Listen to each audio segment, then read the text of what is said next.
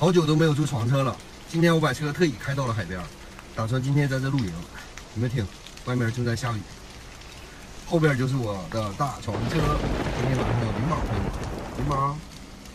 后边就是我的大床房，长1.85米，宽1.4米，一个车载冰箱，一个户外移动电源电小二。领宝，我还没上来呢，你就把我的床霸占了，还不理我？一个人睡，这个空间还是足够大的，两个人也可以挤一挤。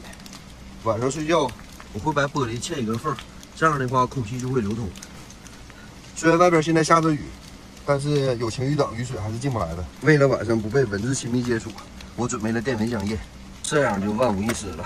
今天晚上睡个好觉。我的车载冰箱也是连接电小二的户外电源。临睡前来个冰饮料，太爽了。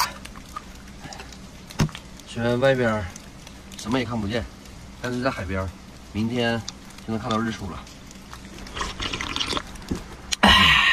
太爽了！又下上了，你们能听见雨声吗？OK 吗？晚安。